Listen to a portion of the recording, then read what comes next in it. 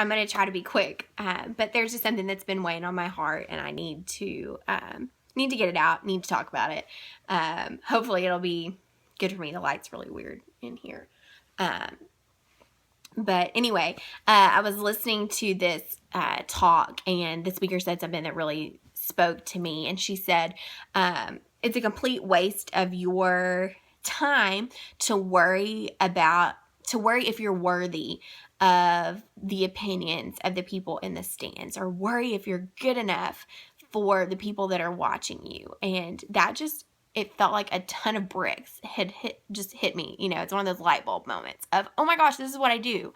And this isn't something that I've ever really talked about, but I was sitting there thinking, you know, how much time of my life, how much of my almost 26 years of my life have I wasted worrying about what other people think about me, or worrying if I'm going to hurt someone's feelings, or worry if I'm good enough, or worry if I'm pretty enough or smart enough, or, you know, worthy of being someone's friend, or worthy of being taken seriously. You know, how much time have I wasted on that? And I was thinking, oh my gosh, I've kind of let that run my life. You know, let that fear, that worry, or that anxiety dictate the way I do things, or the things that I choose to do, or who I choose to put out there to the world. And I was thinking, you know, I'm not going to go into all the details, but really, like, as a teenager, that was something that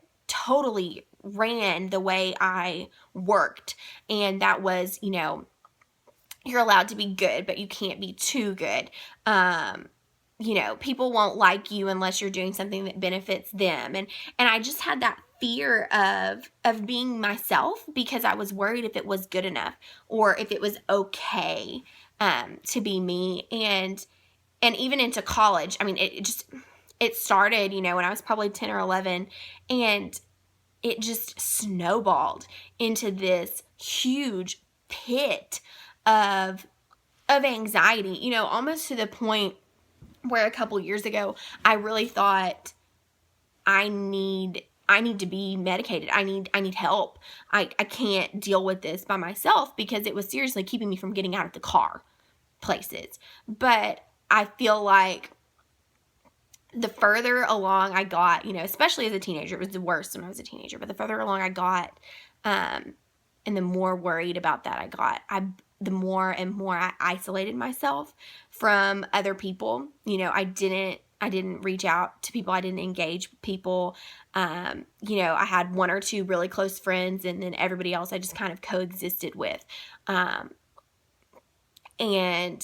I was so withdrawn, or boxed in, not necessarily withdrawn, but just so boxed in and confined by what I decided was okay or worthy, because of what other people thought. So I had really become withdrawn. I mean, I remember in college, it was Halloween, and we were going out to, like, the ag department's Halloween, like, costume party, and I was terrified to get out of the car.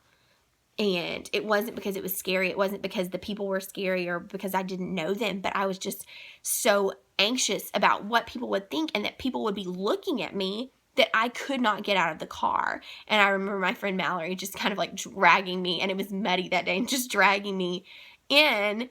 And, you know, it made me kind of sad that it took another person, like, physically dragging me, pulling me into social interaction, because I was so worried about if other people were watching me, and if I was going to be good enough, or if they were going to deem that I was worthy.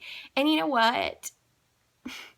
I've learned recently that, you know what other people think about me is really not my business.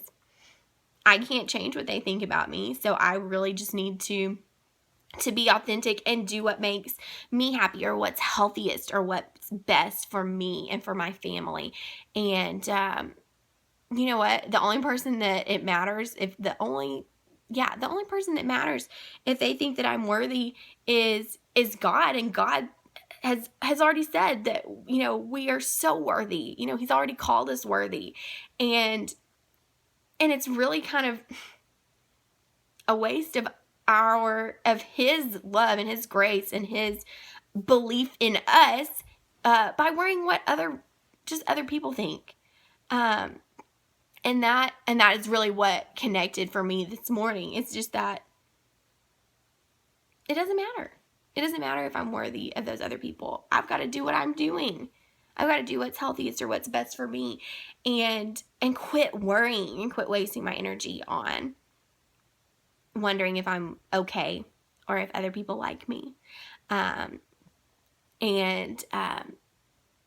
think figuring that out and finding a group of women who don't care if my hair is perfect, or who don't care if I have my nails done, or who don't care if my laundry's not folded. Finding a group of women like that who really just want to be your friend because they like you, that has been so good for me. I've never had that. And so this whole getting involved in coaching or whatever, I mean, yeah, it's good for my fitness and my health. You know, I'm healthier than I've been in a long time physically, but I'm also healthier, so much healthier emotionally, because, you know, I have friends who genuinely want to see you be successful and genuinely want to see you do well. And it's not catty, and it's not, you're allowed to be good as long as you're not better than me, you know, that kind of thing. And so that has been really, really good for my heart. And it's kind of helped me see that, you know, friendship's not a bad thing. People aren't inherently bad, and they're not inherently scary, and they're not inherently judgmental. It just all depends on how you approach the situation. Anyway, I probably got way off track of where I was going, but I just wanted to share that.